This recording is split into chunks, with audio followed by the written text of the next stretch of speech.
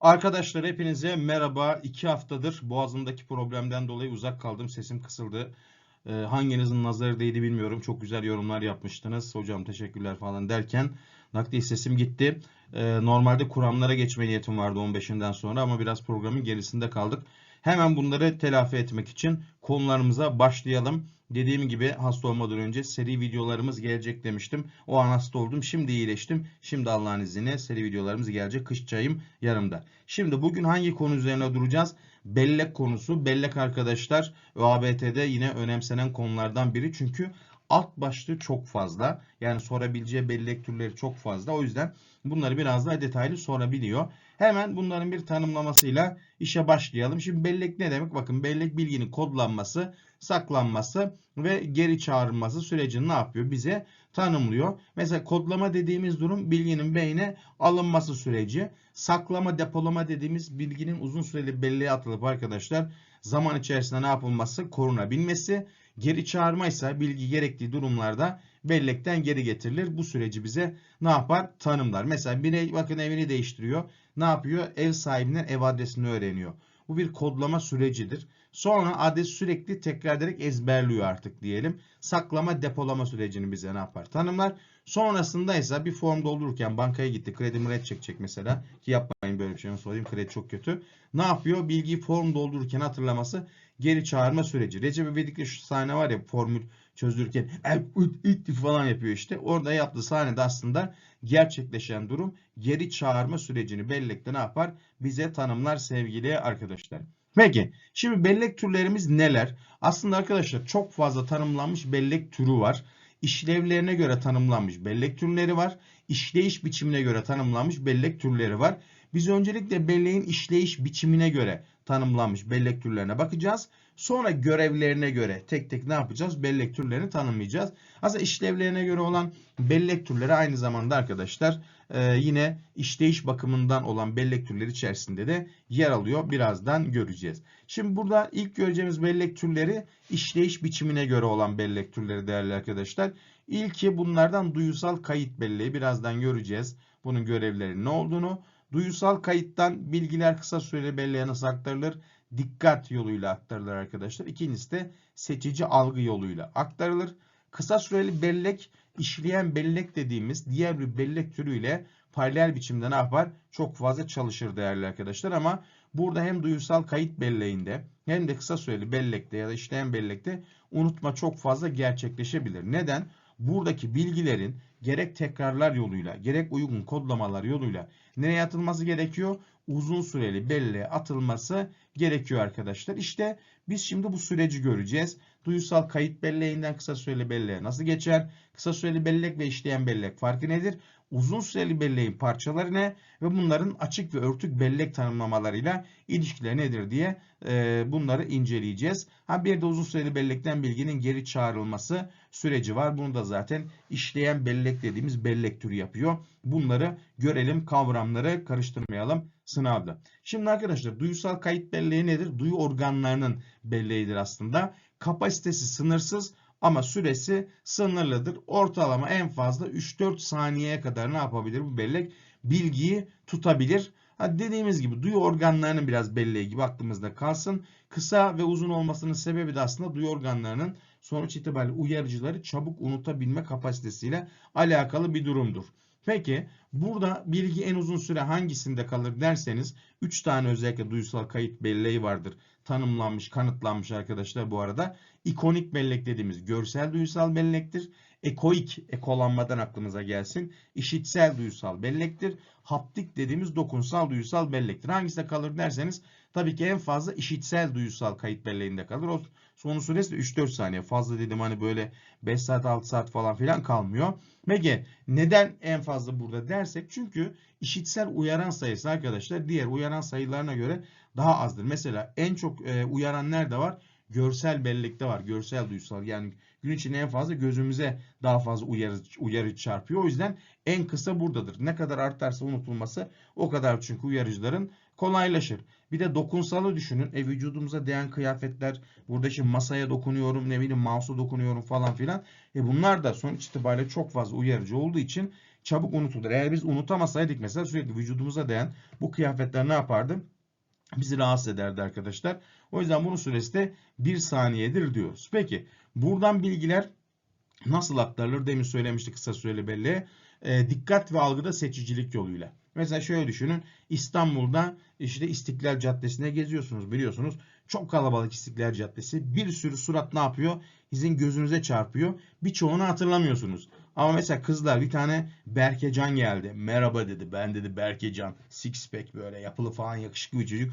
Size dedi bu gülü vermek istiyorum dedi. Kabul eder misiniz? Orada Berkecan'ı kolay kolay unutmazsınız. Neden? Orada çünkü dikkat ve algıda seçicilik ne yaptı? Devreye girdi. Erkekler siz de yürüyorsunuz caddede. Pelin Su. Merhaba dedi. Ben Pelin Su. Sizi çok beğendim. O yüzden size bu gülü vermek istiyorum dedi. Verdi.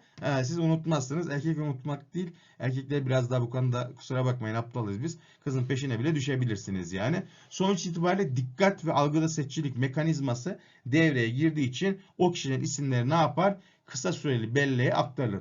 Çok sık tekrar ederseniz de ulan neydi be Pelin Su vay falan derseniz sık tekrar yaptığınız için işte Berkecan'ın six pack'leri vardı falan. Bunlar da uzun süreli belleğe aktarılır. Çünkü kısa süreli bellekten bilginin uzun süreli belleğe aktarılmasının yolu neydi hatırlayın? Gizli ve açık tekrar ve aynı zamanda kodlama ve anlamlandırma stratejileriydi. Bunlar aklımızda olacak. Bunları unutmuyoruz.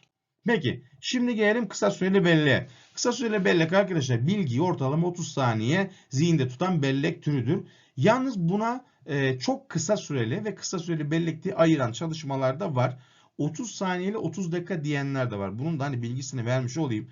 Sınavda olabilir. Bunu kabul edebilir. Çünkü bazen gerçekten bir bilgi yani 30 dakika falan aklımıza tutup unuttuğumuz zamanlarda olabiliyor değerli arkadaşlar.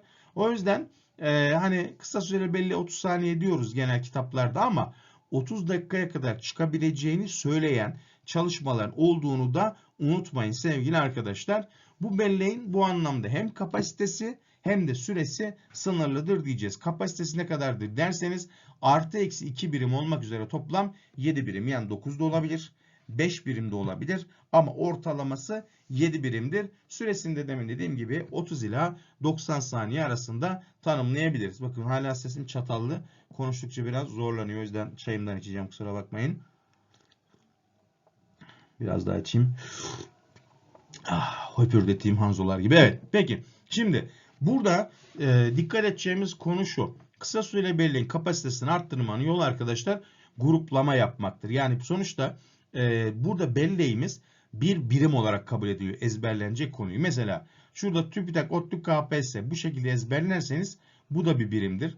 Ezberleyeceğiniz kelimeleri bu şekilde ezberlerseniz bu tarzda 7 birim ezberleyebilirsiniz arkadaşlar.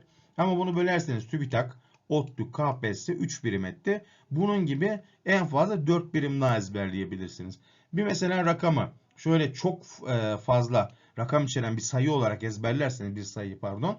Bunun gibi mesela 7 birimlik bir sayıyı ezberleyebilirsiniz.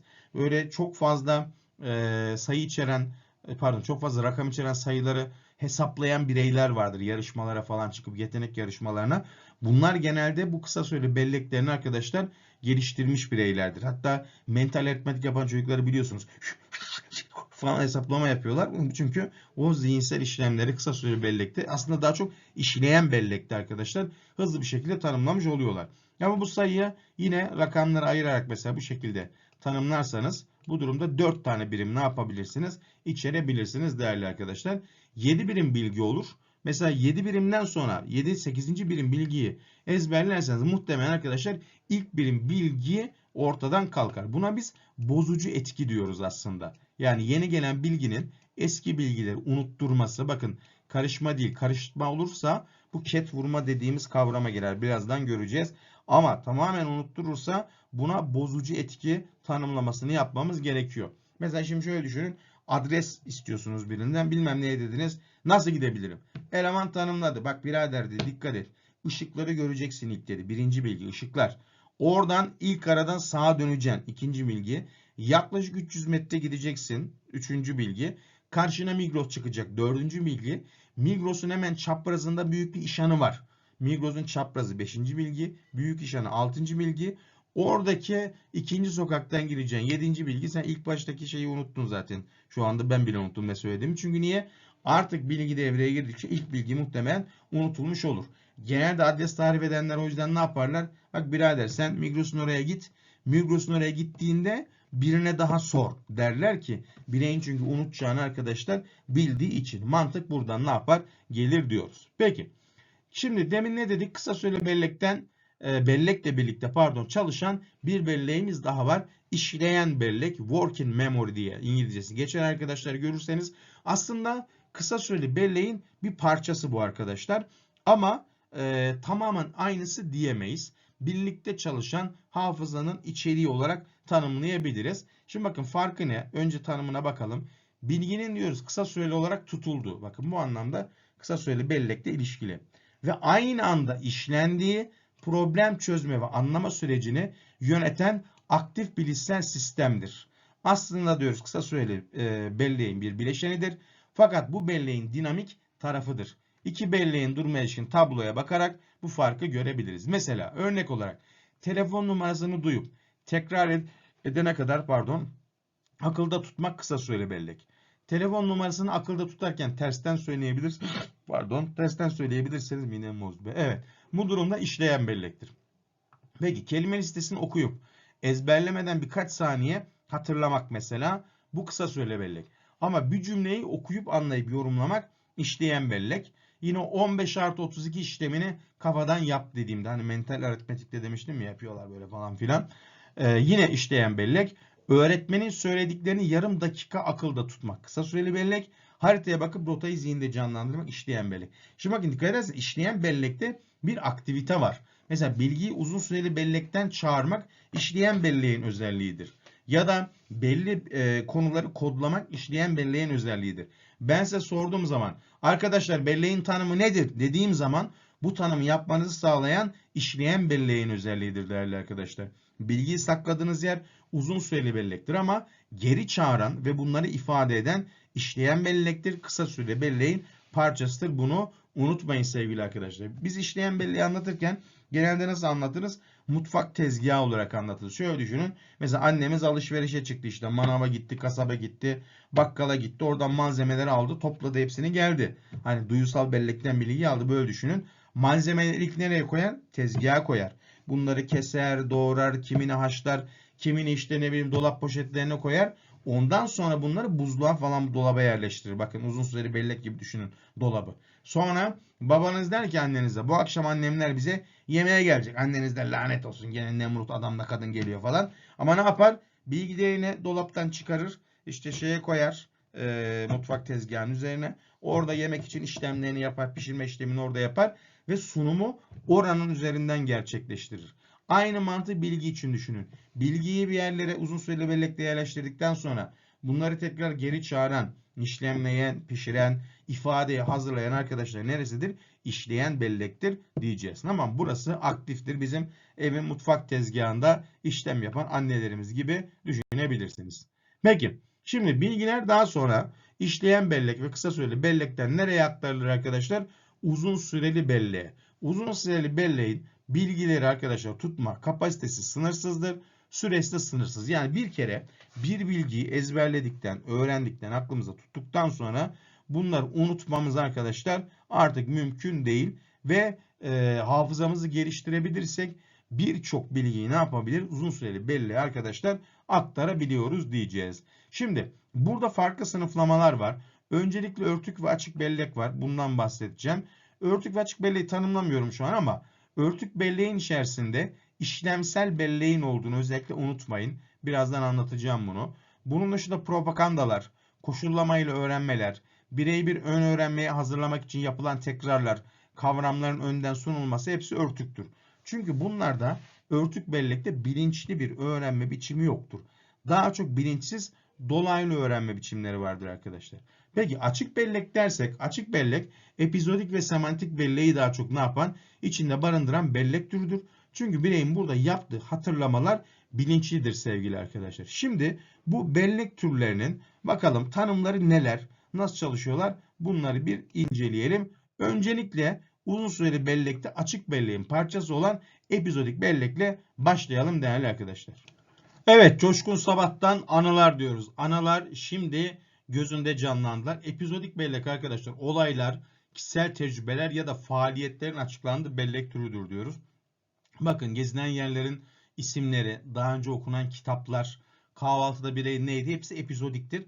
Dizi izliyorsanız yabancı dizi mesela onlarda şey der. Season der mesela third işte kaçıncı second episode der yani ikinci bölüm. Epizod zaman aralığı aslında o zaman aralığından kastedilen yani beynin o zaman aralığında yaptığı eylemler, davranışlar bireyin aklındaysa o zaman buna epizodik diğer adıyla arkadaşlar bu arada anısal bellek de deniyor diyeceğiz. Tamam anısal bellek.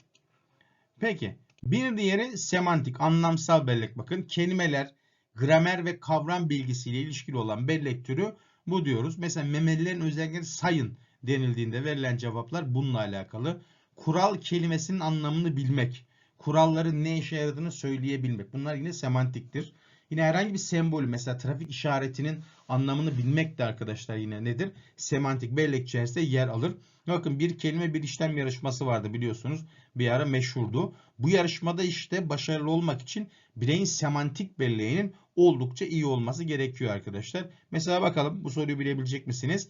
Mücadeleyi bırakıp boyun eğip bağışlanmayı dileme diyor. Mücadeleyi bırakıp boyun eğip bağışlanmayı dilemek ne demektir? Af dilemek değil arkadaşlar onu söyleyeyim. Bakın olmuyor.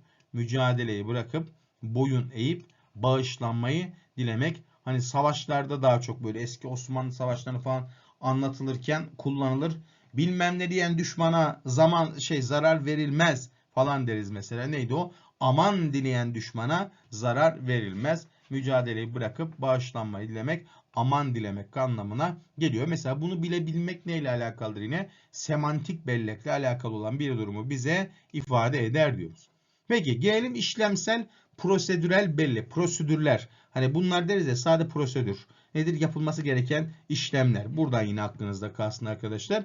Bir işin yapılma aşamalarını hafızada saklayan bellek türü işlemsel prosedürel bellektir diyoruz. Bireyin bisiklete binmeyi öğrenmesi, yüzmeyi öğrenmesi, bir yemeği işte tarife göre yapması, yazı yazmayı öğrenmesi. Bakın hani bize anlatırlardı ya işte çizgiyi önce dik çizeceksin, çapraz çizeceksin öğrenirken böyle hatırlarsanız görevler veriliyordu. Bunların hepsi işlemsel bellekle ilgili.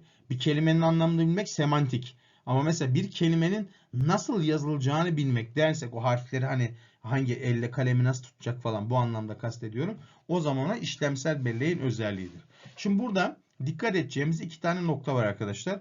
Bunlardan birincisi şu. İşlemsel bellekte bir iş öğrenirken aynı anda iki işi yapmak zordur. Mesela araba kullanmayı ilk öğrenirken müzik dinleyemezsiniz. Zordur bu. Ama işte profesyonel olduktan sonra ikinci bir işi yapmak kolaydır. Araba kullanmada profesyonel olduktan sonra sigara da içiyorlar, işte makyajını da yapıyorlar, yemek de yiyorlar. Hatta bazı bireyler mesaj atmaya da kalkıyorlar. Ama ve lakin işte burada biraz durmanız gerekiyor. İkinci dikkat noktamızda ne kadar bir işte profesyonel olursanız olun aynı anda iki niteliği benzer işi yapmaya çalışırsanız başarılı olamazsınız. Mesela araba kullanırken müzik dinlemek sorun olmaz profesyonelleştikten sonra. Neden? Çünkü araba kullanmak görsel daha çok görsel psikomotor ama müzik dinlemek sadece işitseldir. Ama araba kullanırken mesaj atamazsınız da, mesaj okuyamazsınız da. Çünkü araba kullanmak hem görsel hem psikomotordur. Mesaj okumak, mesaj atmak da görsel ve psikomotordur. O yüzden ne yapar? Kazaya davetiye çıkar. O yüzden araba kullanırken müzik dinlemek yasak değildir. Ama arkadaşlar cep telefonuyla mesaj atmak yasaktır. Sebebi budur. Çünkü aynı nitelikteki işler birbirini engeller. Dikkat dağılır burada. Yani ikiye bölünmüş olur. Bu da problemdir.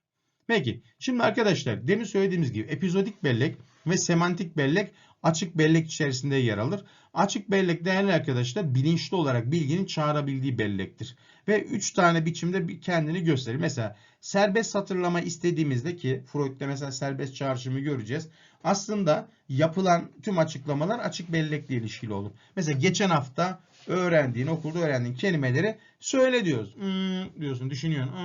Bak burada çağırıyorsun bilinçli bir şekilde. Bu serbest hatırlama açık bellektir. Tanımak mesela gösteriyorum. Burada yazan harfi söyle ya da kelimeyi söyle bakalım diyorsun. Ne yapıyoruz? Bellekten bunu yine çağırıyoruz. Ya da kelimelerden bazıları A harfiyle başlıyordu. Hatırlıyor musun? Evet hocam şunlar dediğinizde bu açık bellek özelliğidir. Ama örtük bellekte bu tarzda bilinçli hatırlamaları arkadaşlar ne yapmayız? Görmeyiz. Neden? Çünkü örtük bellek arkadaşlar geçmiş deneyimlerin daha çok davranışa, performans etkisini ne yapar? Bize tanımlar. İşte burada örtük bellekte birinci parça prosedür, işlemsel bellektir. Bunun sebebi şudur. Mesela bisiklete binmeyi öğrendikten sonra hemen bisikletin üstüne bindiğinizde bilinçli bir hatırlama yapmazsınız. Yani önce pedala sağ ayakla mı sol ayakla mı basayım demezsiniz. Pedala basar gidersiniz. Yüzmeyi bile öğrendiyseniz profesyonel şekilde suya bir atlarsınız hemen yüzersiniz. Orada otomatik gerçekleşir her şey. Ama ilk öğrenirken düşünün mesela sağ kulaç atacağım sonra sol atacağım falan diye düşünüyorduk. Ama işlem profesyonel olduktan sonra bu artık örtük belleğin özelliğidir. Burada işlemsel bellekler yani otomatikleşmiş beceriler örtük belleğin özelliğidir. İstiklal Marşı okumayı hatırlayın. Mesela grup halinde İstiklal Marşı okurken pek düşünmeyiz. Korkma sönmez bu şafaklarda. Mesela orada söylerken aslında kelimeler diğer kıtaya ne yapabiliyor? Taşabiliyor. Korkma sönmez bu şafaklarda. Normalde söylerken bunu söyleyemeyiz. Ama mesela kıta kıta söylediğimizde açık belleğe girer. Semantikten çünkü çağıracağız bunu. Bilinçli hatırlamamız gerekir. Korkma sönmez bu şafaklarda yüzen al sancak. Sönmeden yurdum sütten en son olacak. O benimdir, o benim milletimindir ancak. O benimdir. O benim. Evet, orada takıldık kaldık. Niye? Çünkü açık bellekte çağırmada zorlanabiliriz otomatikleşmediğimiz için ama cuma günleri akşam ve pazartesi sabah okula girerken grup halinde otomatik söylediğimiz için örtük bellekte bunu rahatça söyleyebiliriz değerli arkadaşlar. Peki bunun dışında hazırlayıcı bilgiler de örtük bellektir değerli arkadaşlar. Yani diyoruz ya leb demeden leblebiyi anladım be falan diye. Çağrışımsal bilgiler aslında bunlar arkadaşlar. Mesela kırmızı gördüğünüzde aklınıza kan ya da bayrak gelmesi tamamen önceki deneyimlerinize bağlıdır. Hazırlama etkisidir ama ben mesela bayrağı hatırlamanızı istiyorsam önden kırmızıyı verebilirim mesela. Bu durumda aslında yine örtük belleğinizi hatırlama için harekete geçirmiş olabilirim. Bazı müzikler mesela ritimler önceden verilip bireyin o müziği, o parçayı hatırlaması istenebilir. Bir örtük bellek özelliği olarak bu ne yapar? Gerçekleşir.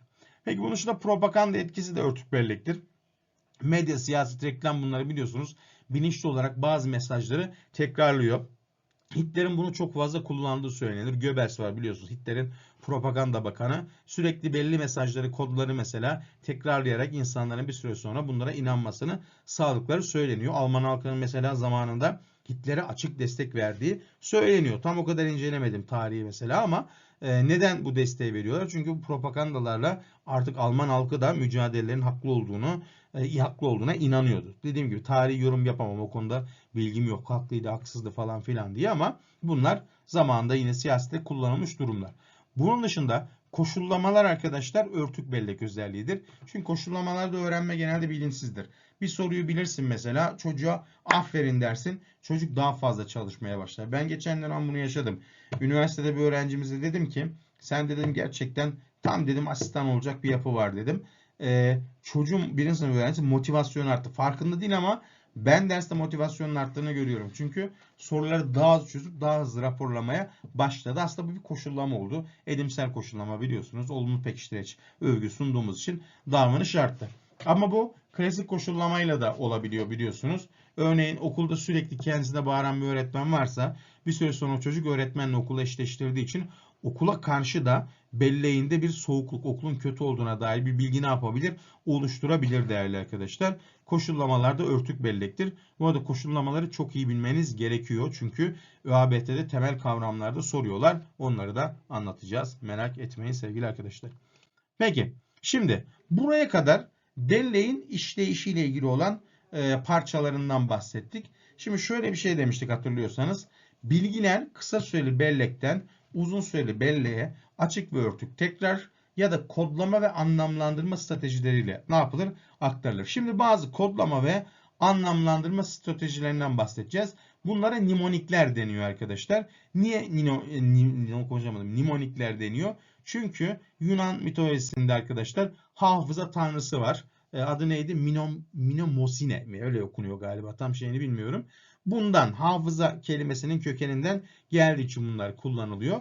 Zamanında antik Yunan'da mesela birçok hatip, meclisteki birçok bürokrat değerli arkadaşlar ne yapıyorlar? Unutmamak için bilgileri bu bellek güçlendirme tekniklerini kullanıyorlar. Sınavda da bize sorulabileceği için bilmemiz gerekiyor. Şimdi bunlardan birincisi loji yerleştirme yöntemidir. Bilgi uzun süreli hafızada tutmanın yolu. Şimdi hazırlanacak, öğrenilecek bilgiler arkadaşlar bilinen mekanlarla eşleştirilir ama buradaki eşleştirmede birey bildiği mekanları daha çok bir senaryo canlandırması yaparak bilgiyi o mekanlarla eşleştirir. Yani doğrudan mekanla eşleştirdiğiniz zaman hatırlaması zordur. Ama o mekan içindeki bir senaryoyla birlikte verdiğiniz zaman bireyin bunu hatırlaması ne yapar? Kolaylaşır. Mesela bakın bir alışveriş listesinin hatırlanması için bireyin kendi evinin içinde oluşturduğu senaryolara bakalım.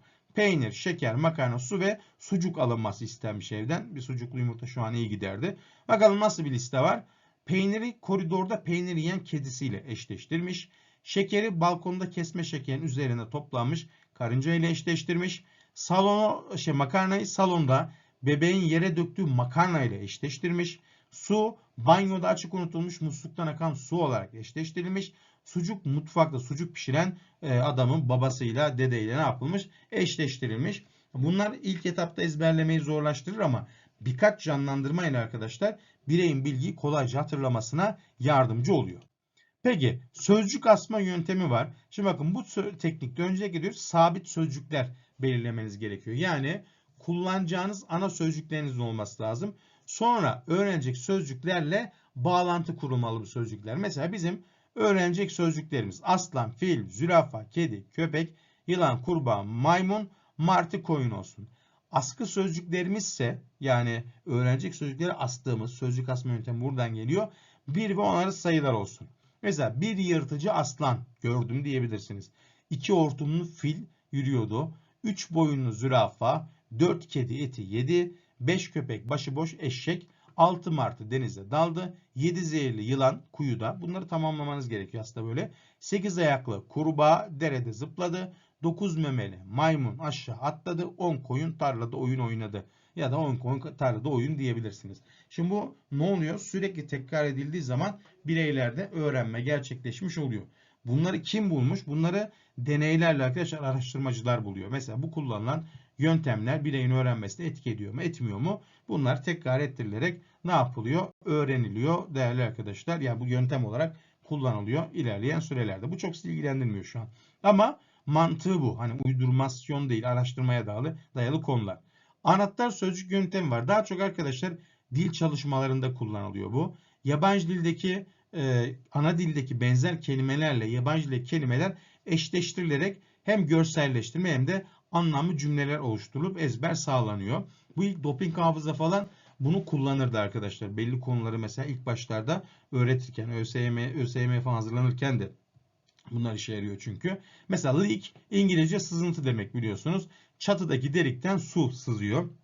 Bakın delikte leak aslında benzer olduğu için böyle bir canlandırma leak kelimesinin sızıntının öğrenilmesini kolaylaştırıyor. Fish balık biliyorsunuz. Balık kafasını fişe sokmaya çalışıyor gibi bir görselleştirme canlandırmayla bireyin ezberi kolaylaşabiliyor. Peki akronim en iyi bildiklerimizden bir kelime grubundaki sözcüklerin ilk harfleri ya da heceleri birleştirilerek oluşturulabilen ve okunabilen kısaltmalardır. Burada arkadaşlar unutmayın yine anlamlı bir kelime grubu ya da kelime oluşması lazım. Mesela dünyanın en uzun nehirleri Mississippi, Nil, Sarıırmak ne yapmış? Manisa olarak bunu kodlayabiliriz. Türkiye'nin coğrafi bölgeleri mesela DAKİ olarak kodlanmış ne oluyor? Doğu Anadolu, Karadeniz, Güneydoğu Anadolu, dakikemide Ege bölgesi, Marmara, İç Anadolu diye ne yapmış? Mesela bunu kodlamış değerli arkadaşlar. Coğrafyacılar falan bazen bunları kullanıyorlar.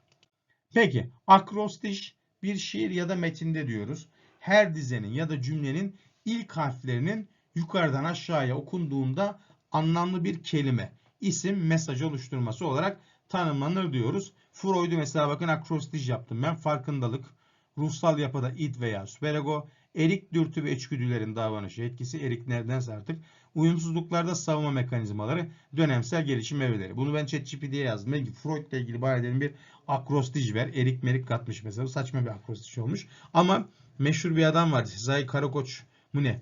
Mona Rosa mı? Mona Rıza mı? Onun bir şiiri vardı ya. Kırmızı güller, beyaz güller, işte Sapanca'nın gülleri falan diye. Onun şiirinin Baş harflerini birleştirdiğinde aşık oldu kadın. Muazzez Akkayam diye galiba öyle bir başlık oluşuyormuş. Biz erkekler de ne salağız ya. Şu kadar şey yazılır mı ya? Ha neyse, kadın en azından şiir yazmasına yardımcı olmuş, o ayrı, ama bu bir akrostici mesela. Muazzez Akkaya'yı hepimiz artık biliyoruz bu şiir sayesinde. Peki bunun dışında organizasyon şemaları var. Bilgiyi düzenli ve anlamlı bir yapıya sokmak için kullanılır diyoruz. Bakın, kavram haritaları, zihin haritaları, özetler, ilişkilendirmeler, hiyerarşiler, bunların hepsi aslında birer organizasyon şemasıdır.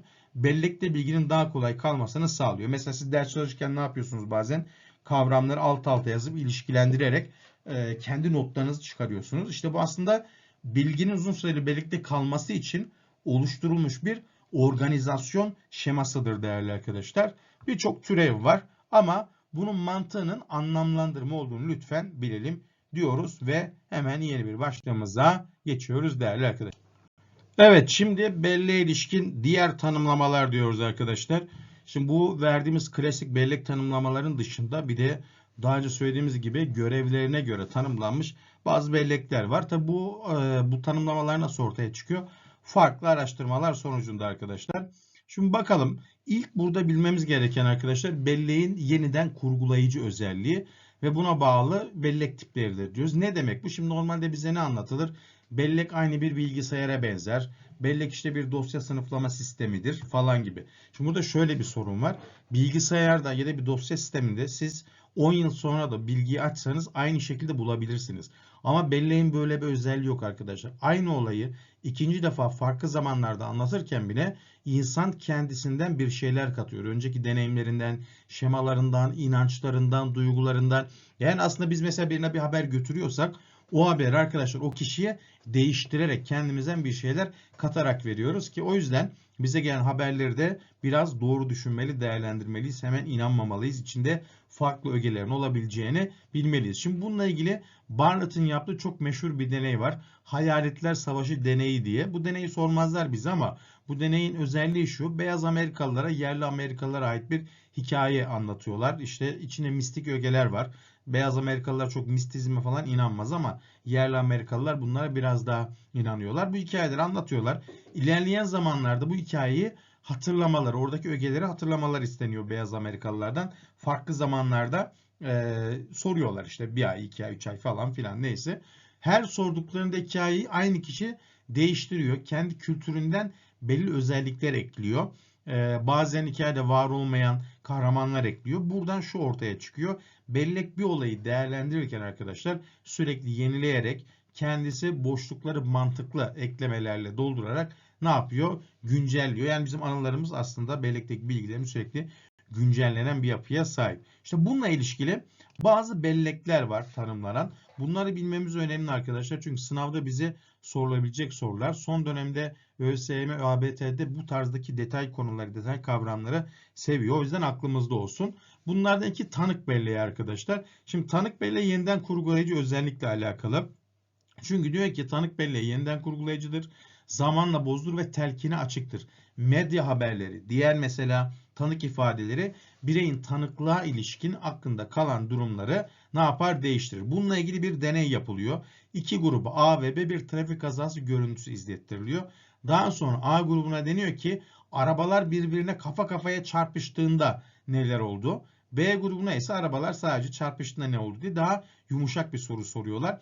Daha sert sorunun sorulduğu grupta bireyler işte camların dağıldığını, lastiklerin, tekerleklerin uçtuğunu falan söylerken B grubu hemen hemen olayı arkadaşlar birbirine yakın şekilde ne yapıyor? Anlatıyor. Buradan şu ortaya çıkıyor: soru sorma biçimi tanıkların olayları hatırlama biçiminde ne yapıyor? Değiştiriyor değerli arkadaşlar. Buraya almadım ama buna ilişkin yine bir hemşire deneyi de var. İki grubu A ve B grubuna deniyor ki bir hemşire gelecek, size soru soracak. Sonra biz hemşire ile ilgili size bazı sorular soracağız diyorlar. Bir gruba, A grubuna hemşire elinde iğneyle arkadaşlar içeri girerek soru soruyor. B grubuna ise normal elinde iğne olmadan içeri girerek soru soruyor. Sonrasında araştırmacılar bireylere hemşirenin yüzünü tanımlamalarını istediğinde elinde iğneyle girdiği grup, yani B grubu, hemşirenin yüzünü çok fazla hatırlayamıyor. Çünkü o ellerindeki iğneye odaklandığı için. Bu da tanık belleğin özelliği. Çünkü bir olayda herhangi bir şekilde bir zarar verici nesne olduğu zaman bireyler arkadaşlar daha çok nesnelere odaklanıyor. Tanıklara odaklanmıyorlar. Müge Anlı'da mesela böyle bir olay vardı. Bir doktor vardı. Anne babası kardeşiyle birlikteyken anne babası var, kardeşi var. İki kişi gelip anne babasını kardeşinin yanında öldürüyor. Doktor çok kimi öldürdüğünü araştırıyordu. O yüzden doktoru söylüyorum. Doktorun kardeşine soruluyor mesela. Suçluları tarif et. Kadın tarif edemiyor. Çünkü neden? Elinde silah var elemanların. Silaha daha fazla odaklanmış. Kendini korumaya odaklanmış durumda. Şok durumlarında bunlar yaşanabiliyor arkadaşlar. Herkes kızı suçluyordu. Sen bilgi saklıyorsun falan diye ama hayır, bilgi saklamakla tek başına ilgisi yok. Oradaki korkutucu ögeler de arkadaşlar birbirleriyle nedir? İlişkilidir diyoruz. Peki bunların hepsi tanık belleğin özelliği yani. Tanık belleği de değişkendir. Peki flash anı belleği, flash bulb bellek diye İngilizce geçer. Niye İngilizcesini veriyorum? Bunu çünkü flash bellek bir de bilgisayara takılan var ya, ifadeleri birbirinden farklı. Belki incelemek isteyen arkadaşlar olursa sıkıntı yaşamasınlar diye. Flash anı belleği şu arkadaşlar. Bireyin duygusal açıdan çok yoğun ve beklenmedik bir olaya ilk kez tanık olduğunda, ilk kez diyoruz ama herhangi bir duygusal yoğunluğu fazla olan bir olayda hepsi için, yani her olay için geçerli bu arada. Hani ikinci defa da travmatik bir olaya maruz kalabilir yani. Ama aynı türde olursa tabii alışması, duyarsızlaşması daha olası oluyor. Peki tanık olduğunda nerede olduğunu, ne yaptığını, kiminle olduğunu, haberi nasıl aldığını canlı ayrıntılı net biçimde hatırlamasıdır deniyor.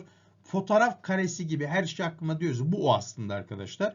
Mesela bunu 11 Eylül saldırılarına şahit olan denekler üzerinde test etmişler arkadaşlar.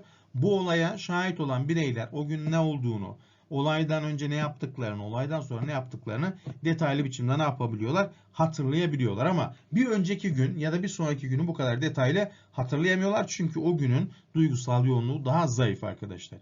Peki burada bir dikkat noktamız var. Çok canlı, güven verici anılardır diyoruz. Fakat her zaman doğru değildirler. Ayrıntılar zamanla değişebilir. Çünkü yine belleğin yeniden kurgulayıcı özelliği var.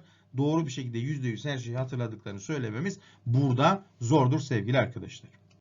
Peki bir diğer otobiyografik bellek seçeneklerde geçmiştir. Flash anı belleği de geçmiştir bu arada arkadaşlar.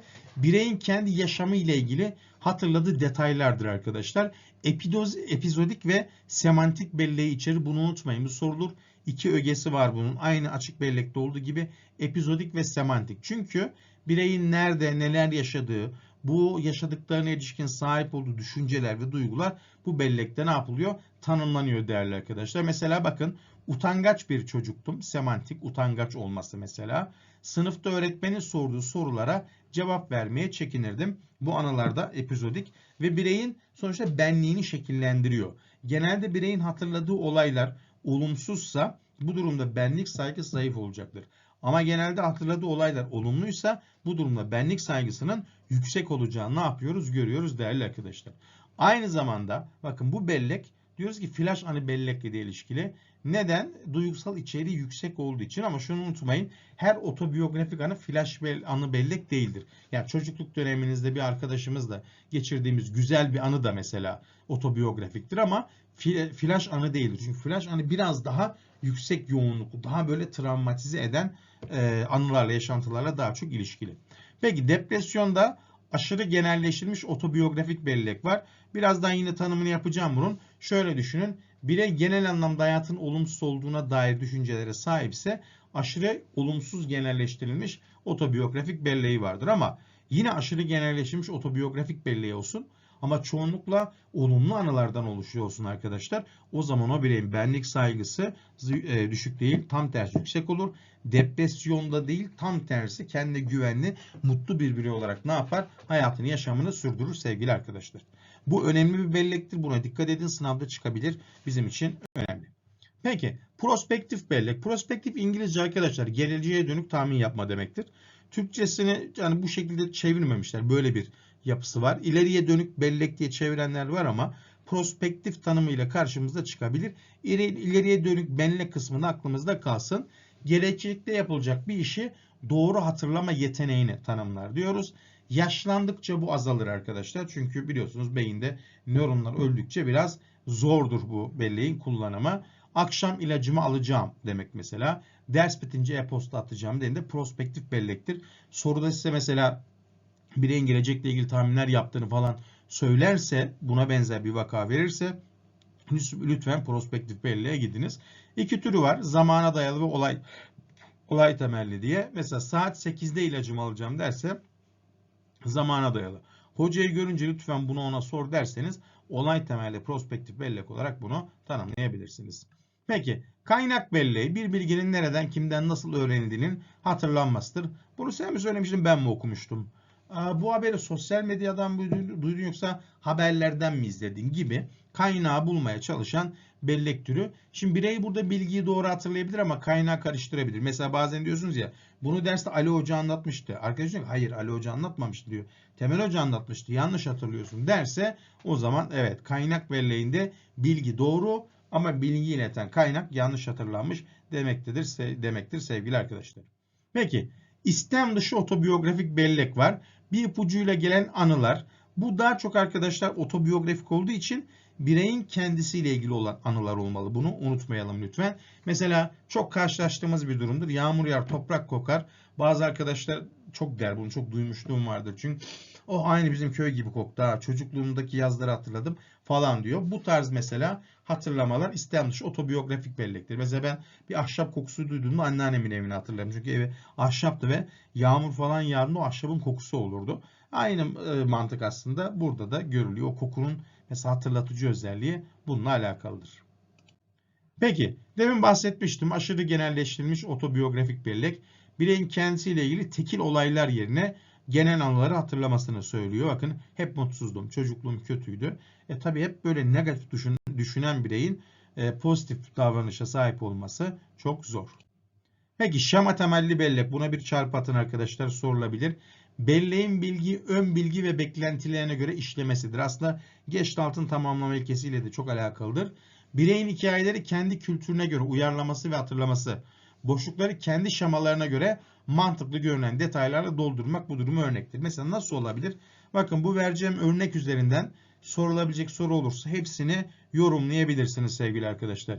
Bir üniversite öğrencisi akşam saatlerinde oturduğu kafede kısa süreli bir tartışmaya şahit olur. Olaydan birkaç gün sonra tanık olarak ifadesi alınır. İfadesinde garson müşteriye bağırdı.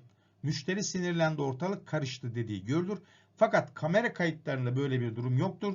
Öğrenci olay öncesi hizmet sektöründe çalışanların müşterilerine kaba davranına dair güçlü bir şemaya yani bir inanca sahip.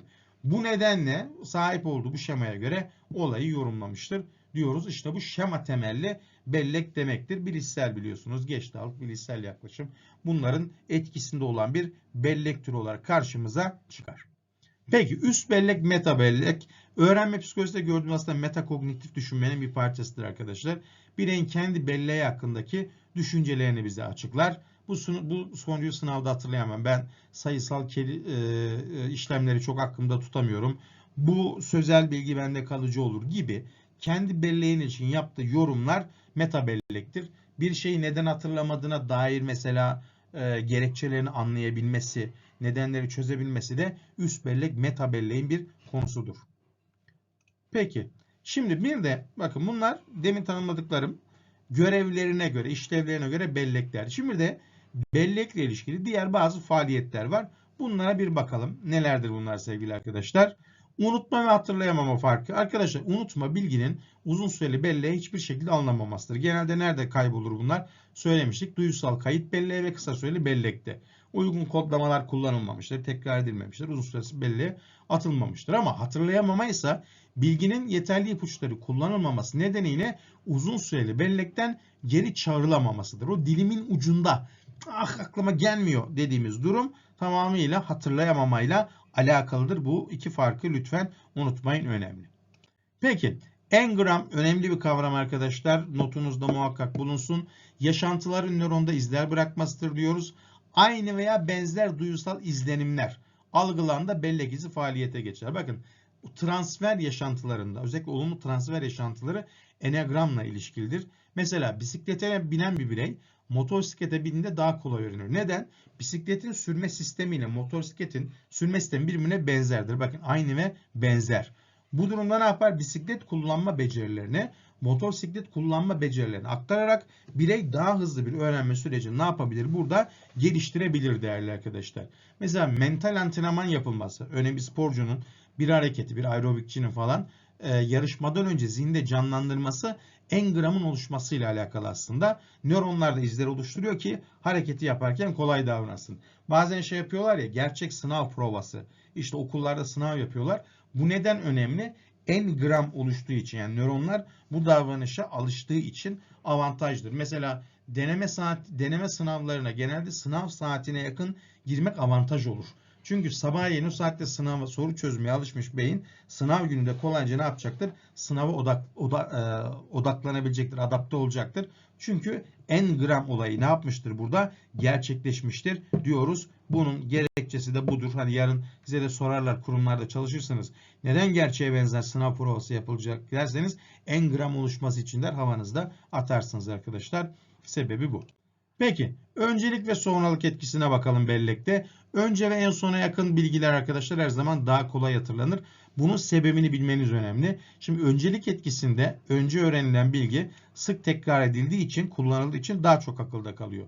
Sonralık etkisinde ise en son verilen bilgi olduğu için hafızada kalmasından dolayı arkadaşlar hatırlama olayı gerçekleşir ama ara bilgiler ne yapıyor bu durumda? Kaybolmuş oluyor. Peki kendi referans alma etkisi, bu arkadaşlar otobiyografik bellekle ve yine flash anı belleğiyle etkilidir. Bireyin kendini tanımlayan ya da kendi duygularını etkileyen olayları hatırlama olasılığı daha yüksektir. Yani şöyle düşünün, bir futbol maçı izliyorsunuz. Maçı izlerken çıkan kavgayı hatırlamanız daha zayıf ama siz futbol oynarken sizin yaptığınız kavgaya karışırsanız daha kolay hatırlarsınız. Yani izleyici olmakla olayın içinde olmak arkadaşlar hatırlamada birbirinden tamamen farklı etkiler meydana getirir. Olayın içinde olmak her zaman ne yapar? Hatırlamayı daha fazla kuvvetlendirir. Yine mesela köyle ilişkili bahsettik. Köyden bahsediyorsunuz. Siz daha önce köyde yaşamış biriyseniz karşı tarafın anlattıklarını hatırlama olasılığınız daha yüksektir. Çünkü kendinizle benzer yaşantı geçirdiğiniz için kendini referans alma etkisinden dolayı anılar daha kalıcı olacaktır. Peki ket vurma. Ket vurma kelime anlamı olarak ne demektir arkadaşlar? Engelleme. Aslında bir tür karıştırma dediğimiz durumdur. İleriye ket vurma derse bakın ilerinin engellenmesidir. Geriye ket vurma derse gerinin engellenmesidir. Eğer eski bilgiler yeni bilgilerin hatırlanmasını zorlaştırıyorsa bu ileriye ket vurmadır. Ama yeni bilgiler eskileri hatırlanmasını zorlaştırıyorsa geriye ket vurmadır. Mesela benim üniversitede bir kız arkadaşım vardı. İsmi Birsen. Şimdiki eşimin adı da Nermin. Eşim duymasın da bunu. Mesela birkaç defa ben Nermin'e yani ister istemez Birsen diye hitap ettim. Çünkü hemen arkasından sonuçta ilişki yaşayıp evlenince falan filan. Ne oldu? Eski bilgi yeninin hatırlanmasını zorlaştırdı. Bu ileriye ket vurmadır. Ama deselerdi ki bana ya Temel senin üniversitede bir kız arkadaşın vardı. Adı neydi? Ben de deseydim ki o zaman Nermin. Ne oldu? Yeni bilgi eskinin hatırlanmasını zorlaştırdığı için ki her zaman bu böyledir zaten. Bu durumda geriye ket vurma deriz. Eski bilgi engellendiği için sevgili arkadaşlar. Tamam. Peki. Biz tabii biraz daha farklı örnek verelim. Sonra dinleyen olmasın. Birey yeni bir eve taşındığında diyoruz. Adresi sorduklarında hala eski evin adresini veriyorsa ileriye ket vurma. Çünkü yeniyi hatırlayamadığı için. Fakat eski evin adresi sorulduğunda yeni evin adresini veriyorsa yeni bilgi eskiyi engellediği için geriye ket vurmadır. Bir tür karıştırmadır arkadaşlar. Unutmayalım. Peki yanıltıcı bilgi etkisi olaydan sonra verilen yanlış bilgilerin belleği değiştirmesidir. Mesela bakın bir soyguna şahit olan birey diyoruz. Hırsızın silahını soygun sonrası çöpe attığını söylemesi üzerine polis emin misin diye sorunca şahit ifadesini değiştiriyor. Ben bazen bunu şöyle yapıyorum. Soru soruyorum bireye. Cevabını veriyor öğrenci arkadaş. C diyor. Emin misin diyorum. A olabilir mi deyince kafası karışıyor, değiştirebiliyor. Şeyde de yapıyorlar bunu. Kim milyoner olmak isterdi? Emin misiniz? Son kararınız mı deyince birey bazen şüpheye düşebiliyor. Bunun adı arkadaşlar yanıltıcı bilgi etkisidir. Bilginiz olsun. Peki öğrenme yargıları en sıkıntılı durumlardan biridir bu. Bireyin bir bilgiyi ileride ne kadar hatırlayabileceğine dair yaptığı tahminlerdir. Matematik dersteki konuları daha iyi anlarım. Tarihi daha iyi yapabilirim. Aslında bu bakın üst bellek değerlendirmesi içerisindeki bir kavram. Ama ben biraz daha farklı ele aldım. Çünkü ayrı bir şekilde tanımlama yaptıkları için öğrenme yargıları only the gut can judge me ya da bizim Türkçe'ye çevirme biçimiyle Allah can judge me diyoruz. Yani beni sadece Tanrı yargılayabilir. Konumuza alakası yok. Yargılama diye koydum işte oraya. Değişiklik olsun. Peki bildiğini sanma yanılgısı. Şimdi bazen sınavdan sonra öğrenci arkadaşlar geliyor diyor ki hocam ben diyor bu 5 tane soru var mesela. 3'ünü doğru yaptım hocam. Kesin ben eminim bundan diyor. Cevap anahtarına bakıyoruz yanlış yapmış. Bildiğini sanma yanılgısında çünkü. Bir tanesini aslında tam emin doğru hatırlıyor. Ama diğerlerini de doğru yaptığına dair bir inanç geliştiriyor burada arkadaşlar. Bireyin bir anlamda bilgi gerçek hiç bilmediği halde bildiğine dair güçlü bir inanç geliştirmesi çok yaygındır bu hata arkadaşlar. Sadece şey değil, sınav gibi düşünmeyin. Günlük yaşamla ilgili birçok konuda bilmemesine rağmen çok konuşan arkadaşlar var. Pardon arkadaşlar boğazım arada takılıyor, sesim çatallaşıyor. Peki algısal uzam çarpı arkadaşlar önemli bir kavram, sınavda da soruldu bize. Bireyin çevresindeki uyaranları zihinsel olarak örgütlediği, konumlandırdığı ve anlamlandırdığı bilişsel temsiller alandır. Ben şimdi size bunun ne olduğunu söyleyeyim. Arkadaşlar bu fiziksel çevreye ilişkin bireyin algısıdır. Tamam. Normalde biz çevreyi algılarken aslında objektif fiziksel algı ve algısal psikolojik uzamı kullanıyoruz. Nasıl yani? Mesela 1 metre ile şu masayı ölçerseniz masa diyelim ki 1,5 metre. Bu fiziksel uzam, objektif ölçme aracına bağlı olan. Ama ben buna dersem ki bu masada bana biraz dar geldi dersem bu algısal uzamdır. Bu oda beni biraz basıyor dersem algısal uzamdır. Yani çevreyi biz aslında psikolojik durumumuza göre ne yapıyoruz? Değerlendiriyoruz. Bakın o yüzden tanımda çevredeki uyaranları zihinsel olarak örgütlediği, konumlandırdığı ve anlamlandırdığı bilişsel temsiller. Yani bunlar kişiden kişiye değişir arkadaşlar. Objektif değildir. Objektif olması için ölçme araçlarıyla verdiğimiz değerlerin geçerli olması gerekiyor. Burada mesela örnek olarak bakarsanız bir sınıf öğrenciler için arkadaş ortamı olarak tanımlanırken öğretmen için kontrol edilmesi gereken bir fiziksel çevredir baktığınızda. Madende çalışan bir işçi karanlıktan korkmazken ortalama bir birey için karanlık ürkütücü olabilir. Alışık olunan ortam her zaman birey için daha küçük, düzenli ve rahattır. Ama yabancı ortam daha karmaşık ve büyük hissedilir. Bunların hepsi algısal uzamdır arkadaşlar. Unutmayın. Aslında bizim duyu organlarımızın değerlendirme yapma kapasitesiyle de ilgilidir. Yani duyu organlarımızın ulaşabildiği yeri değerlendirebiliriz biz. Mesela ben şu an neredeyim? Evde, çalışma odasındayım. Dış odalar hakkında algısal uzam şu an geliştiremem. Ama oradan bana bir ses gelir, bir hava gelir, ne bileyim ceyran yapar falan. O zaman bir değerlendirme yapabilirim. Yani ilk temeli yine fizikseldir. Ama fiziksel yapıyı zihinsel olarak kurgulamam lazım. Algısal uzam da önemli bir konudur diyoruz. Peki bunlar arkadaşlar belleğe ilişkin kavramlar. Bellekte çok fazla kavramımız var. Buna dikkat edeceğiz. Sunuları Telegram kanalına bu akşam inşallah yükleyeceğim. Telegram kanalımdan indirebilirsiniz sevgili arkadaşlar. Onu da hatırlatmış olayım. Şimdi biraz da bellekle ilgili soru bakarak bu ders videomuzu tamamlayalım. Diyor ki 6. sınıf öğrencisi Mehmet ertesi gün yapılacak bilişim sınavı için bilgisayarın temel parçalarının neler olduğunu ezberlemeye çalışır. Mehmet'in bu çabası aşağıdaki hangi bellek süreciyle açıklanır? Ezberlemeye çalıştığı için değerli arkadaşlar biz bunun bir kodlama süreci olduğunu söyleyebiliriz diyeceğiz. Akılda tutsaydı buna depolama, eğer bilgiyi kullansaydı geri çağırma derdik. Peki duyusal kayıt belleğine ilişkin aşağıda verilen açıklamalardan hangisi yanlıştır diyoruz. Bilgi kapasitesi sınırsızdır. Görsel ve işitsel olarak işleyen bölümleri vardır. Anlık olarak faaliyet gösterir. Kısa süreli belleğe kayıt için anlamlandırma süreçlerini kullanır. Dikkat, bu bellek için önemli mekanizmadır. Evet, bilgi kapasitesi sınırsız ama süresi sınırlı demiştik. Görsel, işitsel, dokunsal olmak üzere 3 yapısı var. Yani ikonik, ekoik ve haptik de unutmayın. Anlık faaliyet gösterir. Doğru, en uzunu işitsel 3-4 saniye.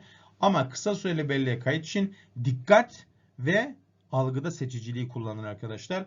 Anlamlandırma ve kodlama stratejileri kısa süreli bellekten uzun süreli belleğe aktarma için geçerlidir. Bunu unutmayınız. O yüzden D seçeneği diyeceğiz. Dikkatten zaten bahsettik. Aşağıdaki hangi etkinliği yapan bireyde duyusal belleğin daha aktif olması beklenir? Bireyin eski telefon numarasını hatırlamaya çalışması, bireyin kiralık ev ilanındaki telefon numarasını aklında tutmaya çalışması, bireyin dizi izlerken altyazıları okumaya çalışması, Bireyin çalıştığı fabrikada hatalı üretilmiş vidaları ayıklamaya çalışması. Bireyin geçen hafta okuduğu romanın konusunu söylemesi.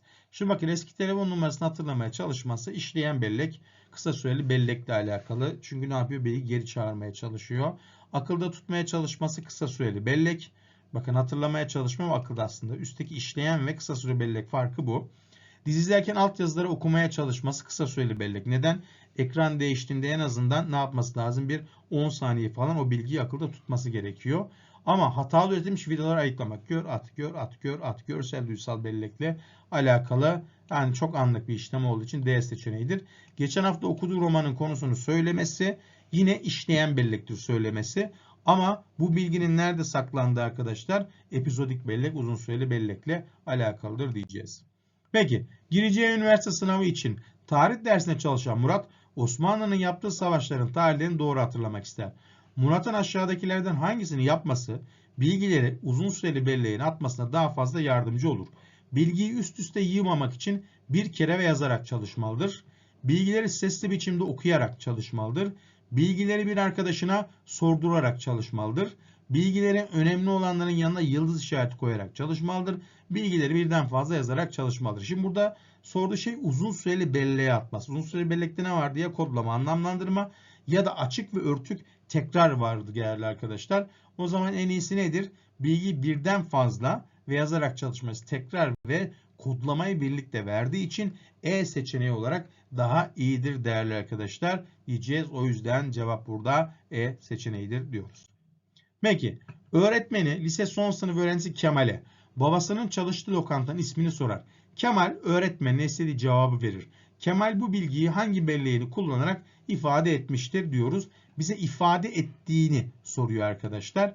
Bakın söyleme biçimini sorar. Bilginin saklandığı yer uzun süreli bellek değerli arkadaşlar. Nerede çalıştığını sormazsa epizodik bellektir. Çünkü orada anı vardır. Bununla ilgili tanımlama yapar. Ama ifade etmesi işleyen bellek, kısa süreli bellek aktivitesi olduğu için buna C seçeneği diyeceğiz.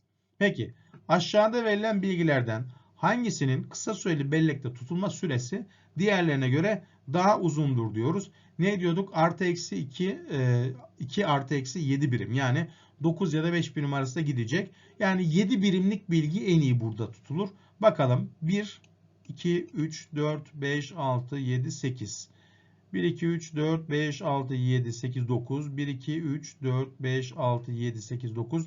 1, 2, 3, 4, 5, 6, 7, 8, 9, 10, 11. 1, 2, 3, 4, 5, 6, 7. 7 birim E seçeneği burada. Tabi 9 birim de olabilir. Kişiye göre değişir ama biz burada ortalama sayısını aldığımız için arkadaşlar bunu söyledik. Peki Melih okuma yazmayı yeni öğrenir. Bu nedenle harfleri hatırlamakta biraz tereddüt etse de yazıları doğru biçimde tanıyabilmektedir. Okuma işleminde hangi belleği kullanır? Burada arkadaşlar sorduğum harfleri tanıması. Bu anlamda lütfen cevaplayın. Harfleri tanımak diyorsak bu biliyorsunuz semantik anlamsal belleğin bir aktivitesi olarak karşımıza çıkardı. Aşağıda verilen birey etkinliklerinden hangisi bir örtük bellek özelliği sergiler? Örtükte ne vardı arkadaşlar?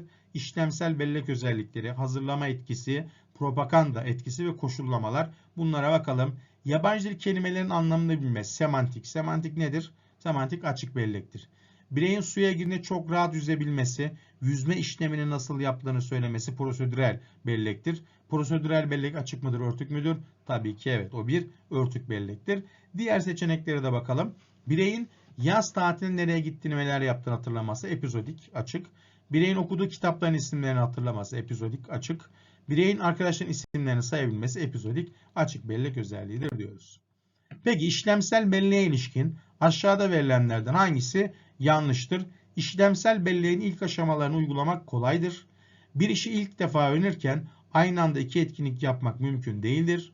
İş profesyonel hale geldiğinde işlem basamaklarını hatırlamak kolaydır. Yemek yapmak bir işlemsel bellek etkinliğidir. İşlemsel bellek birden fazla hareketin koordinasyonunu gerektirir. Evet, tabii ki neyi söylemiştik? İşlemsel bellekte bir beceriyi öğrenirken ilk aşamalarda uygulama zordur. Aynı anda iki iş yapılmaz ama profesyonel hale geldiğinde hatırlamak kolay, otomatik gerçekleşir dedik. O yüzden cevap A seçeneğidir diyoruz. Peki tercüman olan Jale Hanım Çince bir metni çok rahat Türkçe'ye çevirebilmektedir. Hangi bellek türünü kullanır? Çince bir dil faaliyeti. Çevirmeyi bu anlamda düşünün. Şimdi dili hatırlamak daha çok neyle ilgiliydi? Semantik özelliklerle. Ama burada semantik seçeneğini görmüyoruz. O zaman semantiğin sınıflandığı diğer bir bellek alanına gitmemiz lazım.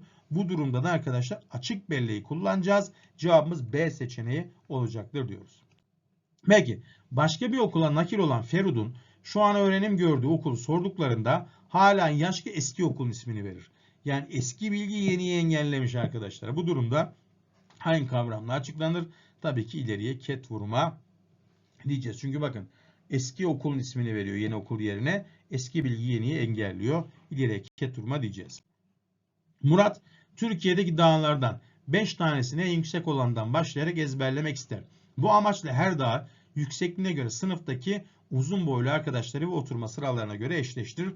Hangi kodlama yöntemini kullanmıştır? Loji yerleşim, askı sözcük, anahtar sözcük, zincirleme yöntemi, akrostiş. Tabii ki burada neyi kullanıyor? Loji yerleşimi kullanıyor. Zincirlemede arkadaşlar hatırlanacak konularla ilgili bir hikaye oluşturmakta. Zincirleme demesi sebebi o. Yani işte demiştik gibi alışveriş listesi, peynir. Peyniri gören fare birden kapana koştu falan. Böyle bir hikaye yazacaksınız. Zincirleme o. Hepsinden bahsetmedim. Öğrenmede çünkü anlatacağız. Peki aşağıdaki bilgilerden hangisi örtük bellek içinde değerlendirilebilir? Bireyin yabancı dil kelimelerin anlamını bilmesi. Semantik örtük müydü, açık mıydı? Açık. Bireyin bir gün önce yaşadığı olayları hatırlayabilmesi. Olaylar, epizodik anı var. Açık bellek. Bireyin çok pratik bir şekilde kağıttan uçak yapabilmesi. Tak kağıtları katlama. Psikomotor faaliyet var. İşlemsel. İşlemseller neredeydi sevgili arkadaşlar? Örtük. Bireyin bir paragrafın ana fikrini doğru şekilde tespit edebilmesi. Anlamları çözecek burada. Semantik. Bireyin derste öğretmenin vurgu yaptığı yerleri doğru şekilde hatırlayabilmesi. Ha, hoca böyle söylemişti. Anı var devrede. Epizodik diyoruz buna. Epizodik de zaten açık bellek biliyorsunuz. Aşağıda verilenlerden hangisi belleğe ilişkin bozucu etki kavramını doğru şekilde hatırlar? Tüm bilgilerin bir arada hatırlanmasıdır. Hatırlanacak bilginin mekanlarla eşleştirilmesidir. Bilgilerin sayılarla eşleştirilerek sınıflanmasıdır. Sonra öğrenilen bilginin ilk öğrenilenden unutturmasıdır. Bilgilerin sadece duysal bellekte tutulmasıdır. Ne demiştik bozucu etki için? Sonra öğrenilen bilgilerin öncekileri unutturmasıdır. O yüzden cevabımızın D seçeneği olduğunu söylüyoruz sevgili arkadaşlar. Peki diğer soruya bakalım şimdi arkadaşlar. Aşağıda verilen bilgi türlerinden hangisi bellekte daha uzun hangisinin bellekte daha uzun süre kalması beklenir? Bireyin bir tahta üzerine ateşle işleyerek kazdığı özlü söz, bireyin izlediği filmde aşırı derecede etkileyen aktörün ismi, bireyin markete gezerken gördüğü yeni çıkan makarna markası, bireyin bir arkadaş ortamında sadece elini sıkıp adını sorduğu yabancı birisinin ismi, bireyin yolda gezerken gördüğü tabeladaki bir yazı. Biliyorsunuz bir tekrar, bir yaşantı öğrenmede her zaman daha önemli bizim için. O yüzden burada Adana hem sözün tekrarı bağlamında hem de bireyin kendi yaşantısı bağlamında daha önemli olduğu için hafızada kalması daha muhtemeldir diyoruz. Bu biraz da tahmin sorusu aslında. Tam bellekli birebir ilişkili bir soru değil. Peki bir psikolojik danışman öğle arasında bahçede yürürken karşısından birçok öğrenci geçmektedir. Bu öğrencilerde aşağıdaki durumlardan hangisinin oluşması psikolojik danışmanın bazen isimlerini hatırlamasına neden olur? Öğrencilerden bazılarının arkadaşlarıyla konuşması, bazılarının bir arada top oynamaları, bazılarının psikolojik danışmana çek getirmesi, bazılarının bahçe içinde yürüyüş yapması, bazılarının sınıfta kalmayı tercih etmesi. Tabii ki burada psikolojik danışmanın dikkatini çekecek bir hamle yapmaları önemli. Çünkü neden? Duygusal bellekten bilgi kısa süreli belleğe aktarılması için dikkat ve algıda seçik gerekiyor. Bu yüzden de C seçeneğinin doğru cevabımız olduğunu söylüyoruz arkadaşlar. Bu da hem algı ile ilgiliydi bu soru hem de bellekle alakalı. Üniversitede öğrenim görmeye başlayan Ali, yemekhaneye gitmeden önce yemekleri yurt lokantasındaki garsonun getireceğini sanır. Fakat diğer öğrencileri gözlediğinde herkesin kendi yemeğini aldığını görür. Bundan sonra her yemekhaneye indiğinde düşünmeden tepsisini alır, sıraya girer ve yemeğini alarak masasına oturur. Ali'nin bu davranışı aşağıdaki hangi bellek türüyle ilişkilidir? Ne yapmış Ali? Yemekhanede yemek alma işlemini öğrenmiş arkadaşlar. Bu işte prosedürel, işlemsel bellek sizin de anladığınız gibi. Aşağıda verilen durumlardan hangisi bir açık bellek etkinliğidir? Bireyin bisiklet sürmeyi öğrenmesi, bireyin Fransızca kelimelerin anlamlarını söyleyebilmesi, Bireyin çocukken yaşadığı köpek saldırısı nedeniyle tüm hayvanlardan korkması, bireyin her iyi nottan sonra babasının verdiği çikolata nedeniyle ders sevmeye başlaması, bireyin hiçbir ölçü malzemesi kullanmadan yemeklerin malzeme miktarını ayarlayabilmesi. Şimdi Adana işlemsel bellek, Fransızca kelimeleri semantik bellek. Şimdi işlemsel örtük semantikse değerli arkadaşlar biliyorsunuz açık bellek. Çocuk yaşadığı köpek saldırısı nedeniyle tüm hayvanlardan korkması. Koşullama burada yani genelleme yapıyor. Koşullama, korku koşullaması nedeniyle. Bireyin her iyi nottan sonra çikolata ile ders sevmeye başlaması. Bu da edimsel koşullama biliyorsunuz. Yine hiçbir ölçü malzemesi kullanmadan yemeklerin malzeme miktarını ayarlaması da işlemsel bellek olduğu için bunlar hepsi örtük bellek özelliği gösterir. B hariç B semantik, o da açık bellek. Yapılan bir çalışmada öğrencilere bir bellek geliştirme programı uygulanmıştır. Bu uygulama sonucunda öğrencilerin kendilerine verilen 1000 kelimenin aşağıda verilen yüzdelik dilimleri 1 saat boyunca akılda tutmaları sağlanmıştır. Yani şurası 0, 20, 40 ve 60. dakikalar olacak değerli arkadaşlar. Peki sağlanmıştır. Yapılan bu çalışma hangi bellek türüyle ilişkilidir? 1000 kelimenin yüzdelik dilimlerini 1 saat boyunca. Bence bu şeyde grafikte bir hata var. Çünkü zaman geçtikçe şey azalır. Tekrar yapmazlarsa. Evet, bu hatırlamayla alakalı. Ama kelimeler verildiğine göre arkadaşlar bunlar kelimeler anlamsal semantik bellekle alakalıdır. Bu soruyu bir gözden geçirelim. Grafik tam çünkü doğru değil. Peki bir İngilizce öğretmenin yaptığı çalışmada aşağıdaki çalışmada öğretmek istediği kelimeleri sayılardaki ses benzerlikleriyle eşleştirerek öğrencilere vermiştir. İngilizce öğretmeninin aşağıdaki hangi bellek destekleyici ipucunu kullandığı söylenebilir değerli arkadaşlar. Burada 1 ile 10 arası kelimeler tanımlayıp her kelimeyi de arkadaşlar nesneye bağladığı için bu askı sözcüktür. Mesela one is bun. Bunu mesela kullanmış. Burada şimdi şuna dikkat etmemiz lazım. Anahtar sözcükle bunu karıştırabiliriz. Anahtar sözcük yönteminde yine kelime benzerlikleri var ama bu tarzda mesela hani 1 ile 10 arası bir kelime belirleyip bir eşleştirme yok. Ses benzerliği olan her kelimeyi eşleştirip bununla ilgili bir görsel zihinde oluşturmak mantığı var. Burada onu görmediğimiz için askı sözcük ya da sözcük asma yöntemini kullanabiliriz. Askı sözcüklerimiz 1'den 10'a kadar sayılar, diğerleri ise öğrenilecek kelimelerdir arkadaşlar. Peki, tayin nedeniyle taşınmak zorunda kalan Funda Hanım telefon başvurusu yaptığında yeni evin yerine eski evin adresini vermiş. Yani eski evine yeni ev adresini unutturmuş. Bu durumda yine ileriye ket vurma oluyor. Bakın eski adres, yeni adres. Yeni adres sorduklarında eskiyi vermiş. Eski yeniyi unutturduğu için ileriye ket vurma. İleriyi engelleme oluyor. Aklınızda böyle kalsın. Babası tarafından büfeye alışveriş için gönderilen 2. sınıf öğrencisi Kaan, babasının söylediklerini unutmamak için baba çekirdeğin yanında çay olursa gofret yemeği bırakır şeklinde bir cümle kurar. Bakın babası çekirdek, çay ve gofret muhtemelen almasını söylemiş. Bunlarla birlikte ne yapmış? Bir hikaye oluşturmuş. Çocuk buna arkadaşlar zincirleme yöntemi diyoruz. Gelecek hafta tarih sınavı olan lise öğrencisi Merve konuları sınavda çok iyi hatırlayıp doğru cevaplar vermek ister. Bu amaçla Merve'nin aşağıdakilerden hangisini yapması amacına en fazla katkı sağlar? Bilgileri gruplayarak öğrenmesi, sık sık tekrarlar yapması, bir arkadaşıyla birlikte sınav gecesi çalışması, bazı konulara diğerlerine göre daha fazla dikkat etmesi, ezber konularının son hafta çalışması. Tabii ki kalıcı öğrenme için ne demiştik? Tekrar önemlidir demiştik. O yüzden sık sık tekrarlar yapması gerektiğini söylüyoruz. Bu da sizin hakkınızda olsun. Tekrarlar ama soru çözerek yapın daha fazla. Bu emin olun ÖABT'de daha çok işe yarar. Peki bilgilerin duygusal bellekten kısa süre belleğe aktarılmasını sağlayan iki temel mekanizma aşağıdakilerden hangisi doğru verilmiştir? Dikkat tekrar, dikkat kodlama, dikkat algıda seçicilik, algıda seçicilik kodlama, kodlama akronim. Tabii ki dikkat ve algıda seçicilik olduğunu biliyorsunuz arkadaşlar. Peki arkadaşlar bu son soruyla birlikte bellek konusunu tanımadık. Bellek ÖABT'de sorulan bir konu, unutmayın. Evet, hastalık nedeniyle biraz ara verdik ama biz yeni gelmedik, geri geldik. Buradayız. Like atmayı, abone olmayı unutmayın arkadaşlar. Yorum da yaparsanız güzel olur. Algoritma da dönüyor. Güzel dönütler alıyorum. Kendinize iyi bakın. Gelecek dersimiz biyolojik ritimler ve uyku olacak. Görüşmek üzere. Bay bay. O derse de bekliyorum bu arada.